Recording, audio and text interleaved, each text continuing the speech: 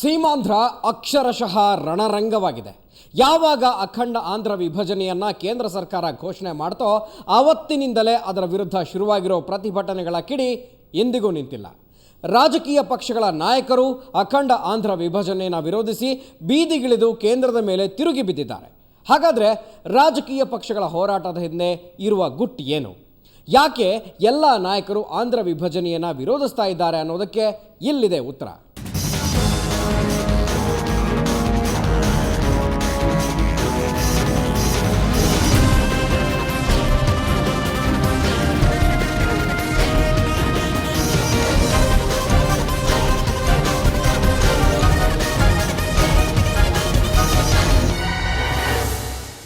ಎಲ್ಲೆಲ್ಲೂ ಗಲಾಟೆ, ರಸ್ತೆ ತಡೆ, ಧರಣಿ, ರೈಲು ರುಕೋ ಚಳವಳಿ, ಜನಜೀವನ ಸಂಪೂರ್ಣ ಅಸ್ತವ್ಯಸ್ತ. ಹೌದು, ಆಂಧ್ರ ಪ್ರದೇಶದಲ್ಲಿ ಪ್ರತಿಭಟನೆಗಳು ಜೋರಾಗಿವೆ. ಸೀಮಾಂಧ್ರದ 13 ಜಿಲ್ಲೆಗಳಲ್ಲಿ ಸಂಘಟನೆಗಳು, ವಿದ್ಯಾರ್ಥಿಗಳು ಬೀದಿಗಿಳಿದು ಆಂಧ್ರ ವಿಭಜನೆಯನ್ನು ವಿರೋಧಿಸಿ ಹೋರಾಟ ನಡೆಸುತ್ತಿದ್ದಾರೆ. ದಿನ ಕಳೆದಂತೆ ಪ್ರತಿಭಟನೆಗಳು ತೀವ್ರತೆ ಪಡೆದುಕೊಂಡು ಸಾಮಾನ್ಯ ಜನರು ನರಕಯಾತನೆ ಅನುಭವಿಸುವಂತಾಗಿದೆ.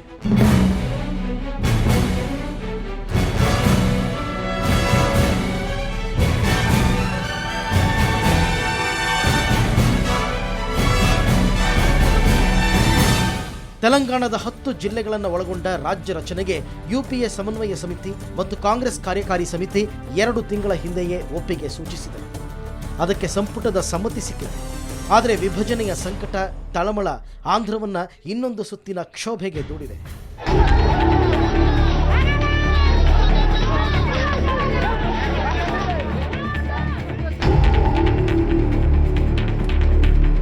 ಕರಾವಳಿ ಮತ್ತು ರಾಯಲಸೀಮಾ ಭಾಗದ ಜನರು ವಿಭಜನೆ ವಿರುದ್ಧ ಸಿಡಿದೆದ್ದಿದ್ದಾರೆ. ವಿಜಯವಾಡ ವಿದ್ಯುತ್ ಉತ್ಪಾದನಾ ಘಟಕದ ಸುಮಾರು 30,000 ನೌಕರರು ಮುಷ್ಕರದಲ್ಲಿ ತೊಡಗಿದ್ದಾರೆ. ಇದರಿಂದ ಆಂಧ್ರ ಕತ್ತಲಲ್ಲಿ ಮುಳುಗಿದೆ.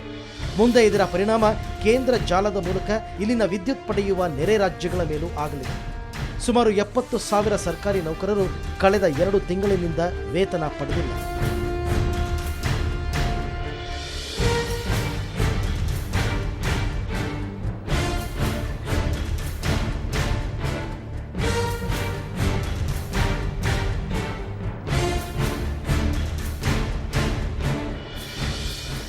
ಪ್ರಜೆಗಳೇ ಸ್ವಯಂ ಪ್ರೇರಣೆಯಿಂದ ಹೋರಾಟಕ್ಕೆ ಧುಮುಕಿದ್ದಾರೆ.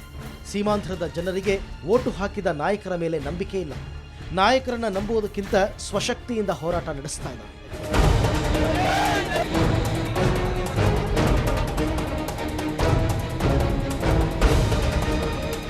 ಹಾಗಾಗಿಯೇ ತೆಲಂಗಾಣದಂತೆ ಇಲ್ಲಿ ಯಾವುದೇ ಒಬ್ಬ ಪ್ರಬಲ ನಾಯಕನ ನೇತೃತ್ವದಲ್ಲಿ ಹೋರಾಟ ನಡೀತಾ ಇಲ್ಲ.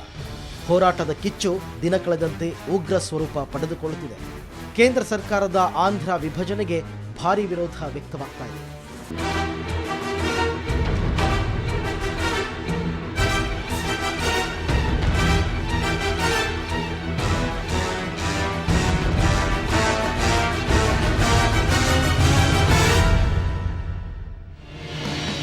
ವಿಷಯ ಏನಪ್ಪಾ ಅಂದ್ರೆ, ಹೈದರಾಬಾದ್ನಲ್ಲಿ ಅನೇಕ ಜನರು ಜೀವನ ರೂಪಿಸಿಕೊಂಡಿದ್ದಾರೆ. ದಿನನಿತ್ಯ ದುಡಿದು ತುತ್ತಿನ ಜೋಳಿಗೆ ತುಂಬಿಸಿಕೊಳ್ಳತೊಡಗಿದ್ದಾರೆ. ಇಂಥ ಜನರಿಗೆ ಭವಿಷ್ಯದ ಚಿಂತೆ ಕಾಡ್ತಾ ಇದೆ. 10 ವರ್ಷದ ನಂತರ ಹೈದರಾಬಾದ್ ತೆಲಂಗಾಣಕ್ಕೆ ಸೇರಿದರೆ ನಮ್ಮ ಪಾಡೇನು, ಬದುಕೋದು ಹೇಗೆ ಅನ್ನೋ ಆತಂಕ ಈ ಭಾಗದ ಜನರ ಮನದಲ್ಲಿ ಮನೆ ಮಾಡಿದೆ. ಜೊತೆಗೆ ಮಕ್ಕಳ ಭವಿಷ್ಯತ್ತಿನ ಚಿಂತೆ ಕೂಡ ಇದೆ. ಹೊಟ್ಟೆ ಹೊರೆಯಲು ಇರುವ ಅವಕಾಶ ವಂಚಿತರಾಗುವ ಭೀತಿಯಿಂದ ಸ್ವಪ್ರೇರಣೆಯಿಂದ ಸమైక్యాంಧ್ರದ ಹೋರಾಟದಲ್ಲಿ ಪಾಲ್ಗೊಂಡಿದ್ದಾರೆ.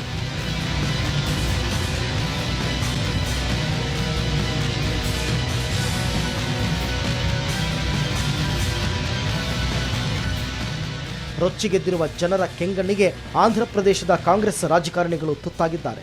ಕಾಂಗ್ರೆಸ್ ನಾಯಕರ ಮನೆ ಮುಂದೆ ಪ್ರತಿಭಟನೆ ನಡೆಸಿ ಆಸ್ತಿ ಪಾಸ್ತಿಗಳನ್ನು ಪ್ರತಿಭಟನಾಕಾರರು ಹಾಳು ಮಾಡ್ತಾ ಇದ್ದಾರೆ. ಇದು ರಾಜಕೀಯ ಪಕ್ಷಗಳ ನಾಯಕರನ್ನ ಮನಸ್ಸಿಲ್ಲದಿದ್ದರೂ ಹೋರಾಟದ ಅಖಾಡಕ್ಕೆ ಧುಮುಕುವಂತೆ ಮಾಡಿದೆ. ಆಸ್ತಿ ಪಾಸ್ತಿ ಇಮೇಜ್ ಕಳೆದುಕೊಳ್ಳುವ ಭೀತಿಯಿಂದ ಜೈ ಸమైక్యాంಧ್ರ ಅಂತ ಘೋಷಣೆ ಹಾಕ್ತಾ ಇದ್ದಾರೆ.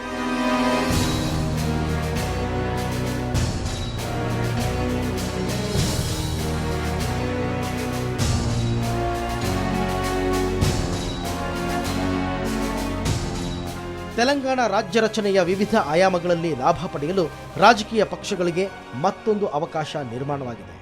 ಇದೇ ಹೊತ್ತಲ್ಲಿ ಲೋಕಸಭೆ ಮತ್ತು ವಿಧಾನಸಭೆ ಚುನಾವಣೆಗಳೆರಡೂ ಬರ್ತಾ ಇವೆ. ಆ ಕಾರಣದಿಂದಲೇ ಕಾಂಗ್ರೆಸ್ನಿಂದ ಹಿಡಿದು ಇತ್ತ ಐಟಿ ಜಗತ್ತಿನ ಮೊದಲ ಲಾಭ ಪಡೆದ ಚಂದ್ರಬಾಬು ನಾಯ್ಡು ಅವರವರೆಗೂ ಎಲ್ಲರಲ್ಲೂ ತೀವ್ರ ಸ್ಪರ್ಧೆ ಏರ್ಪಟ್ಟಿದೆ. ಆಂಧ್ರ ವಿಭಜನೆ ಖಂಡಿಸಿ ವೈಎಸ್ಆರ್ ಕಾಂಗ್ರೆಸ್ ಮುಖಂಡ ಜಗನ್ಮೋಹನ್ ರೆಡ್ಡಿ ನಿರಶನ ಆರಂಭಿಸಿದ ಬೆನ್ನಲ್ಲೇ ಈಗ ತೆಲುಗು ದೇಶ ಮುಖಂಡ ಚಂದ್ರಬಾಬು ನಾಯ್ಡು ದೆಹಲಿಯಲ್ಲಿ ನಿರಶನ ಆರಂಭಿಸಿದ್ದಾರೆ.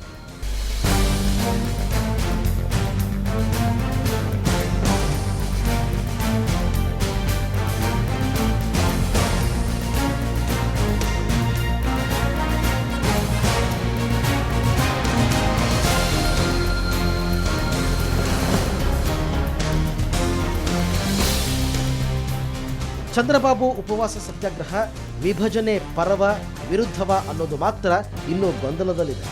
ರಾಜಕೀಯ ನಾಯಕರು ಹಾಗೂ ಕಾಂಗ್ರೆಸ್ನಲ್ಲಿ ಗೊಂದಲ ಹುಟ್ಟಿಸುತ್ತಿರುವ ನಾಯ್ಡು ಸೀಮಾಂಧ್ರ ಜನರ ಅನ್ಯಾಯದ ವಿರುದ್ಧದ ಹೋರಾಟವಿದೆ, ಸೂಕ್ತ ಪರಿಹಾರ ದೊರಕಿಸಿಕೊಡಲು ಹೋರಾಟ ಅಂತಿರುವ ನಾಯ್ಡು ಸೀಮಾಂಧ್ರ ಹೊತ್ತಿ ಉರಿಯುತ್ತಿದ್ದರೂ ದೆಹಲಿಯಲ್ಲಿ ಉಪವಾಸ ಸತ್ಯಾಗ್ರಹ ಮಾಡುವ ಮೂಲಕ ರಾಷ್ಟ್ರ ಮಟ್ಟದಲ್ಲಿ ಇಮೇಜ್ ಗಿಟ್ಟಿಸಲು ತಂತ್ರ ರೂಪಿಸಿದ್ದಾರೆ. ಜಗನ್ ಹಾದಿಯನ್ನೇ ತುಳಿದರು ಅನ್ನೋ ಕಳಂಕ ತಪ್ಪಿಸಿಕೊಳ್ಳಲು ರಾಷ್ಟ್ರ ರಾಜಧಾನಿಯಲ್ಲಿ ಉಪವಾಸ ಕುಳಿತಿದ್ದಾರೆ. ಈಗ ನಮ್ಮ ಜಾತಿಯ ಅಧ್ಯಕ್ಷ ನಾರಾ ಚಂದ್ರಬಾಬು ನಾಯ್ಡು 2ನೇ ದಿವಸ ಸತ್ಯಾಗ್ರಹ ಸೇರಿಕೊಂಡಿದೆ. ಈಗ ಅದಕ್ಕೋಸ್ಕರ ಈಗ ನಾವು ಎಲ್ಲ ನಿಮ್ಗೆ ಗೊತ್ತು, ಸುಮಾರು 70 ದಿವಸದಿಂದ ನಮ್ಮ ಆಂಧ್ರದಲ್ಲಿ ಎಲ್ಲ ಸಿಸ್ಟಮ್ ಪ್ಯಾರಲೈಸ್ ಆಗಿಬಿಟ್ಟಿದೆ. ಯಾರು ಕೆಲಸ ಮಾಡೋರಿಲ್ಲ, ಬಸ್ಸುಗಳು ನಡೀತಾ ಇಲ್ಲ, ಈಗ ಕರೆಂಟು ಎಲ್ಲ ಪವರ್ ಗ್ರಿಡ್ ಫೇಲ್ ಆಗಿಬಿಟ್ಟಿದೆ. ಅದಕ್ಕೋಸ್ಕರ ಈಗ ನಮ್ಮ ಚಂದ್ರಬಾಬು ನಾಯ್ಡು 9 ವರ್ಷ ನಮ್ಮ ರಾಜ್ಯಕ್ಕೆ ಮುಖ್ಯಮಂತ್ರಿಯಾಗಿ ಕೆಲಸ ಮಾಡಿದ್ರಿ. ಈಗ 10 ವರ್ಷದಿಂದ ಈಗ ನಮ್ಮ ರಾಜ್ಯಕ್ಕೆ ಪ್ರತಿಪಕ್ಷ ನೇತವಾಗಿದ್ದೀರಿ. ಈಗ ಯಾವಾಗ ನಮ್ಮ ಪಾರ್ಟಿಯೇ తెలుగుదేశం ಪಾರ್ಟಿ, ತೆಲುಗು ಜಾತಿಗೆ ಹುಟ್ಟಿರೋ ಪಾರ್ಟಿ ಇದು. ಈಗ ನಿಮ್ಗೆ ಗೊತ್ತು, ಆರ್ಟಿಕಲ್ 3ನೇ ಪ್ರಕಾರ ನಮ್ಮ ಪಾರ್ಲಿಮೆಂಟ್ನಲ್ಲಿ ಒಂದು ರೆಸೊಲ್ಯೂಷನ್ ಪಾಸ್ ಮಾಡಬೇಕು. ಅದಕ್ಕೂ ಮುಂಚೆ ಈ ರಾಷ್ಟ್ರಪತಿ ಯಾರೈತೆ ಇದ್ದಾರೆ, ಈಗ ನಮ್ಮ ರಾಷ್ಟ್ರಪತಿ ಪ್ರಣಬ್ ಮುಖರ್ಜಿ ಸಾಹೇಬರು ಆ ಬಿಲ್ಲನ್ನು ಯಾವುದೈತೆ ತೆಲಂಗಾಣ ನೋಟ್ ಬಿಲ್ಲನ್ನು ಅಲ್ಲಿ ನಮ್ಮ ರಾಜ್ಯಕ್ಕೆ ಕಳಿಸಬೇಕು. ರಾಜ್ಯದಲ್ಲಿ ನಮಗೂ 180 ಸೀಟು ಸಂಸದರು ಯಾರೈತೆ ಶಾಸನಸಭೆಯರು ಇದ್ದಾರೆ ಅವರೆಲ್ಲ ಏನು ಹೇಳ್ತಾ ಇದ್ರಿ, ನಮ್ಮ ರಾಷ್ಟ್ರ ಸಂಯುಕ್ತವಾಗಿ ಇರಬೇಕಂತ ಹೇಳ್ತಾ ಇದ್ರಿ. ಅದಕ್ಕೋಸ್ಕರ 120 ಜನ ತೆಲಂಗಾಣಕ್ಕೆ ಸೇರಿಕೊಂಡಿದ್ರಿ. ಅದಕ್ಕೋಸ್ಕರ ಈಗ ನಮ್ಮ ಶಾಸನಸಭೆಯಲ್ಲಿ ಮಾಡೋ ಕೆಲಸಕ್ಕೆ ಬೆಲೆ ಇದೆಯಲ್ಲ ಅಂತ ನಾವು ಕೇಳ್ತಾ ಇದ್ವಿ. ಚಂದ್ರಬಾಬು ನಾಯ್ಡು ಜನಪ್ರಿಯತೆಯ ಉತ್ತುಂಗದಲ್ಲಿದ್ದಾಗ ಆಂಧ್ರದಲ್ಲಿ ಕಾಂಗ್ರೆಸ್ ಕಥೆ ಮುಗಿದೇ ಹೋಯ್ತು ಅಂತಿದ್ರು. ಅದೇ ವೇಳೆ ತೆಲಂಗಾಣ ರಚನೆ ಮುಂದಿಟ್ಟುಕೊಂಡು ವೈಎಸ್ ರಾಜಶೇಖರ ರೆಡ್ಡಿ ಅಧಿಕಾರಕ್ಕೆ ಬಂದರು. ಆದರೆ ಅಧಿಕಾರಕ್ಕೆ ಬಂದ ಮರುಕ್ಷಣವೇ ಅದನ್ನು ಮರೆತರು. ಈಗ ವೈಎಸ್ಆರ್ ಇಲ್ಲ, ಅವರ ಪುತ್ರ ಜಗನ್ಮೋಹನ್ ರೆಡ್ಡಿ ತಮ್ಮ ತಂದೆಯ ಹೆಸರಿನಲ್ಲಿ ಪಕ್ಷವೊಂದನ್ನು ಸ್ಥಾಪಿಸಿ ಕಾಂಗ್ರೆಸ್ ಪಕ್ಷಕ್ಕೆ ತೊಡೆ ತಟ್ಟಿದ್ದಾರೆ. ಜೈಲು ಸೇರಿ ಜಾಮೀನಿನ ಮೇಲೆ ಹೊರಬಂದಿದ್ದು ಈಗ ಆಂಧ್ರ ವಿಭಜನೆ ವಿರೋಧಿಸಿ ಪಕ್ಷದ ಕಾರ್ಯಕರ್ತರು ನಾಯಕರ ಜೊತೆ ಅಖಂಡ ಆಂಧ್ರ ಪ್ರದೇಶದ ಪರ ಪ್ರತಿಭಟನೆಯಲ್ಲಿ ತೊಡಗಿದ್ದಾರೆ. ಆದರೆ ಜಗನ್ ಸೀಮಾಂಧ್ರ ಪರವೋ ತೆಲಂಗಾಣ ರಚನೆಗೆ ವಿರೋಧವೋ ಅನ್ನೋದು ಮಾತ್ರ ಸ್ಪಷ್ಟವಾಗಿ ಹೇಳುತ್ತಿಲ್ಲ. ಕಾರಣ ಸೀಮಾಂಧ್ರದಲ್ಲಿ ವೈಎಸ್ಆರ್ ಕಾಂಗ್ರೆಸ್ ಬಲಿಷ್ಠವಾದ ಪಕ್ಷ, ಆದರೆ ತೆಲಂಗಾಣದಲ್ಲಿ ಜಗನ್ ಹವಾ ಇಲ್ಲ. ಅಲ್ಲೇನಿದ್ರೂ ಟಿಆರ್ಎಸ್ ಪ್ರಾಬಲ್ಯ. ಇನ್ನು ಜಗನ್ ಯಾವುದೇ ಪಕ್ಷದ ಜೊತೆ ಮೈತ್ರಿ ಮಾಡಿಕೊಳ್ಳದಿರಲು ರಾಜಕೀಯ ಕಾರಣವಿದೆ.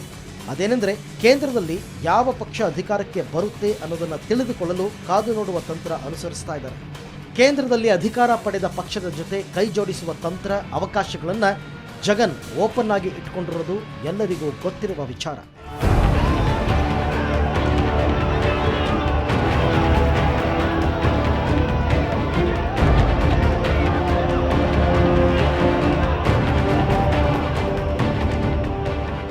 ರಾಜಕೀಯ ನಾಯಕರು ಸೀಮಾಂಧ್ರ ಹೋರಾಟದಲ್ಲಿ ಭಾಗಿಯಾಗಿರೋದಕ್ಕೆ ಕಾರಣ ಹೈದರಾಬಾದ್.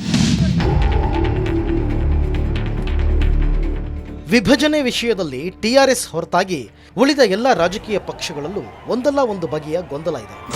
ವಿಭಜನೆಗೆ ದೊಡ್ಡ ತೊಡಕಾದದ್ದು ಹೈದರಾಬಾದ್. ಹೌದು, ಇದರ ಜೊತೆ ಆಂಧ್ರದ 3 ಪ್ರಾಂತ್ಯಗಳ ಜನರ ಭಾವನಾತ್ಮಕ ನಂಟಿದೆ.